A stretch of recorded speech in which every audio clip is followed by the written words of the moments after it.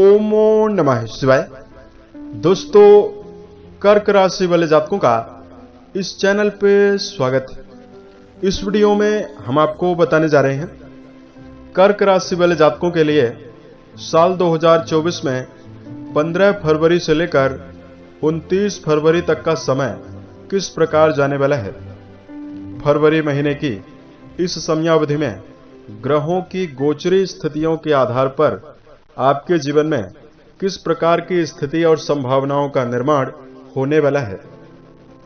किन किन मामलों में कर्क राशि वाले जातकों को बड़ी खुशखबरी और बड़ी उपलब्धि देखने के लिए मिल सकती है और कहां पर आपको सावधानी पूर्वक चलने की आवश्यकता भी रहने वाली है, ये जानकारी इस वीडियो में हम आपको देने वाले हैं।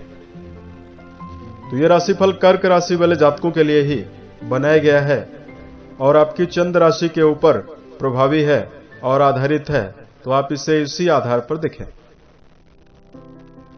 इस राशिफल के माध्यम से हम आपके जीवन से जुड़े हुए हर पहलू के बारे में आपको सटीक जानकारी देने वाले हैं, जैसे कर्क राशि का करियर और व्यापारिक जीवन, आर्थिक जीवन, पारिवारिक जीवन, प्रेम संबंध, स्वास्थ्य, एजुकेशन लाइफ और अंत में हम आपको कुछ खास और धार्मिक उपायों को लेकर भी जानकारी देने वाले हैं।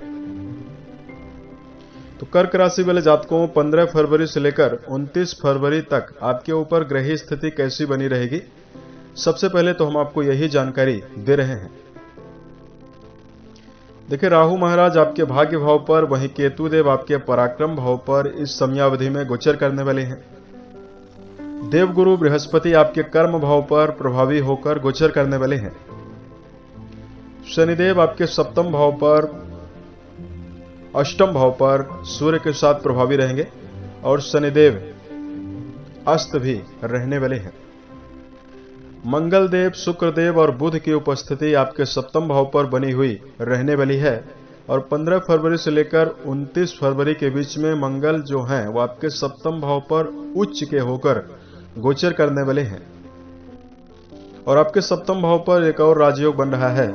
बुध और शुक्र का मिलन हो रहा है, तो शुक्र बुध के मिलन से लक्ष्मी नारायण योग बन रहा है।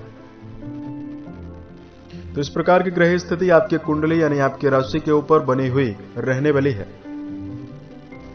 अब आइए हम आपको बताते हैं कि किन किन मामलों में आपको सकारात्मकता मिल सकती है और किन किन क्षेत्रों में आपको विशेष सावधानी बरतने की आवश्यकता रहने वाली है।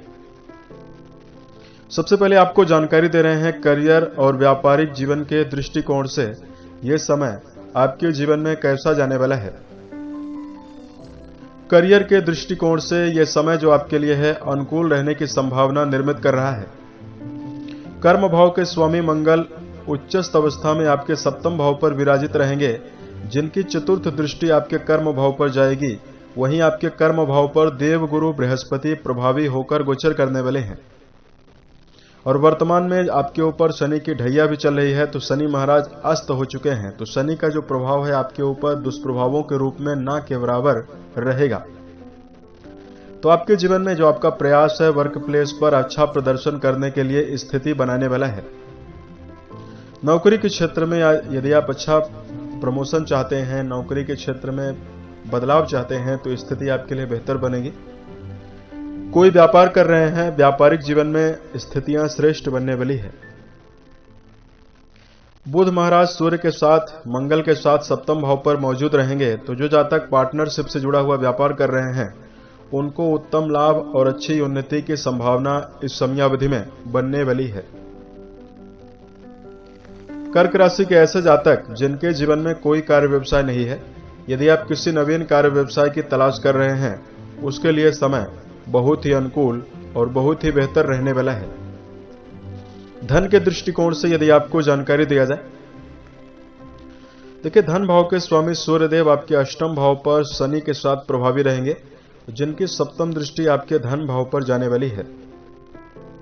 वहीं वर्तमान में जो आपके लाभ भाव के स्वामी हैं वो आपके सप्तम भाव पर विराजित होकर लक्ष्मी नारायण योग भी बना रहे हैं। तो कर्क राशि वाले जातकों के जीवन में आप लोग पाएंगे कि ये जो समय है आपके जीवन में स्थिरता और धन के मामले में आपको सामान्य स्थितियां प्रदर्शित करने वाला है।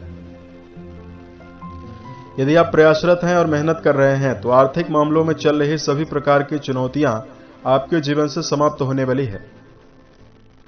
शुक्र की स्थिति बहुत ही बेहतर है, तो आपके जीवन में सुख सुविधाओं की बढ़ोतरी भी होने वाली है। पिछले समय से यदि आप कोई भूमि, भवन, वाहन लेना चाहते हैं, उसमें आपको सफलता इस समयावधि में मिल सकती है। शनि महाराज आपके अष्टम भाव पर अस्त अवस्था में विराजित हैं, तो यदि आप धन की बचत नहीं कर पा रहे थे, धन की बचत करना चाहते हैं, उसके लिए समय बेहतर रहने वाला है।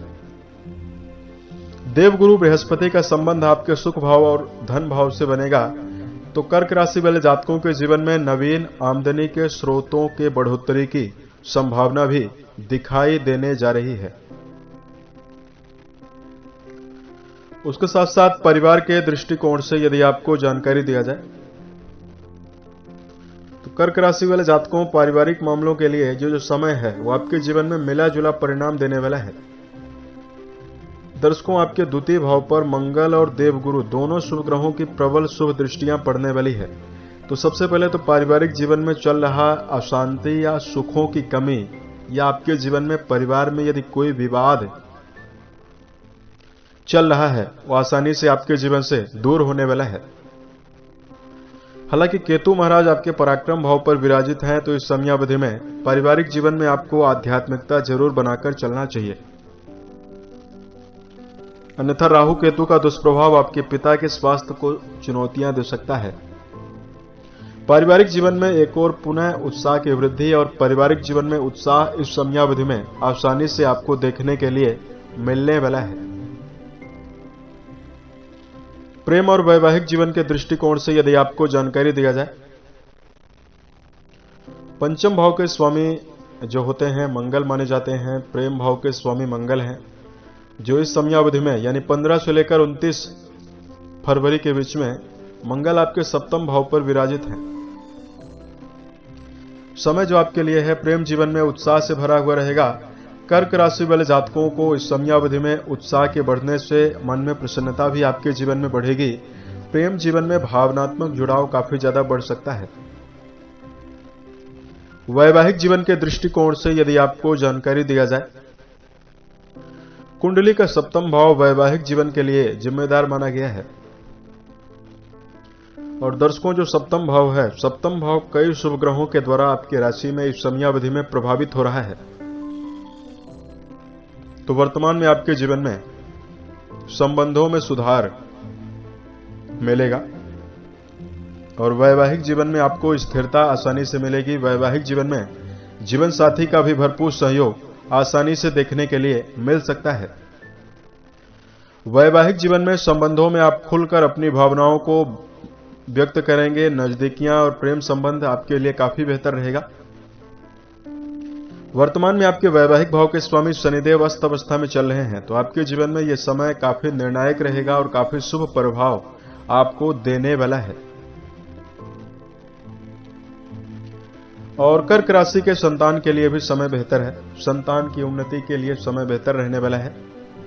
जो जातक पिछले समय से संतान की तरक्की को लेकर या संतान पक्ष को लेकर नकारात्मकता या परेशानियों का अनुभव कर रहे हैं, सभी प्रकार की संतान जनित समस्याओं से आपको निजात मिलेगा, क्योंकि पंचम भाव के स्वामी मंगल जो हैं वो उच्चस्थ अवस्था में विराजित हैं। वर्तमान में कर्क राशि के ऐसे जातक जिनके जीवन में विवाह की कामना लेकर यदि आप चल रहे हैं और आपके जीवन में वैवाहिक प्रस्ताव नहीं आता है, तो यहां पर यह संभावना बन रही है आपके जीवन में नवीन वैवाहिक प्रस्ताव भी आने की संभावना बनेगी। जिन जातकों का विवाह नहीं हुआ है उनके जीवन में नवीन वैवाहिक प्रस्ताव आना और विवाह होने की संभावना बनना दिखाई दे रहा है। शिक्षा के लिए जानकारी दिया जाए, विद्यार्थी जीवन में जुड़े हुए जातकों को देवगुरु बृहस्पति का जो संबंध है आपके द्वितीय भाव से बनेगा। वही मंगल जो आपके शिक्षा भाव के स्वामी हैं वो आपके सप्तम भाव पर विराजित होकर आपके प्रथम भाव से अच्छा संबंध बना रहे हैं। तो विद्यार्थी जीवन में जुड़े हुए जातकों के मन में अच्छा सफलता और उत्साह की स्थिति बन सकती है। यदि आप प्रयास करेंगे तो आप अपने जीवन में परीक्षा प्रतियोगिता जैसे विषयों में सफलता अर्जित कर सकते हैं। वहीं कर्क राशि वाले जातकों के लिए स्वास्थ्य के दृष्टिकोण से यदि आपको जानकारी दिया जाए तो 15 फरवरी से लेकर 29 फरवरी के बीच में सेहत के दृष्टिकोण से शनि महाराज और सूर्य देव की मौजूदगी अष्टम भाव पर है, तो लंबी बीमारियां आपको नहीं होंगी और मानसिक समस्याओं से भी आपको निजात मिलेगी। सूर्य का अष्टम भाव में गोचर हो रहा है, तो आपको इस समयावधि में दिनचर्या व्यवस्थित बनाकर चलना चाहिए। खान पान की आदत का आपको ध्यान रखकर चलना है। तेज रफ्तार में वाहन चलाने से आपको बचना चाहिए। कर्क राशि वाले जातकों को उत्तम स्वास्थ्य की स्थिति बनाए रखने के लिए मिनरल वाले भोज्य पदार्थों का ज्यादा सेवन करना है। असंतुलित भोजन से आपको बचना चाहिए, तो समय आपके लिए बेहतर रहेगा। अब अगर आपके लिए धार्मिक उपाय की जानकारी दिया जाए, धार्मिक उपाय को बताने से पूर्व 2 विशेष सावधानियों की जानकारी आपको दे रहे हैं। क्षणिक गुस्से से कर्क राशि वाले जातकों को बचना चाहिए। वाणी भाव और आपके प्रथम भाव पर मंगल का प्रभाव रहेगा और इस समयावधि में यदि आप क्रोध करेंगे तो आपको नकारात्मकता ज्यादा मिलेगी।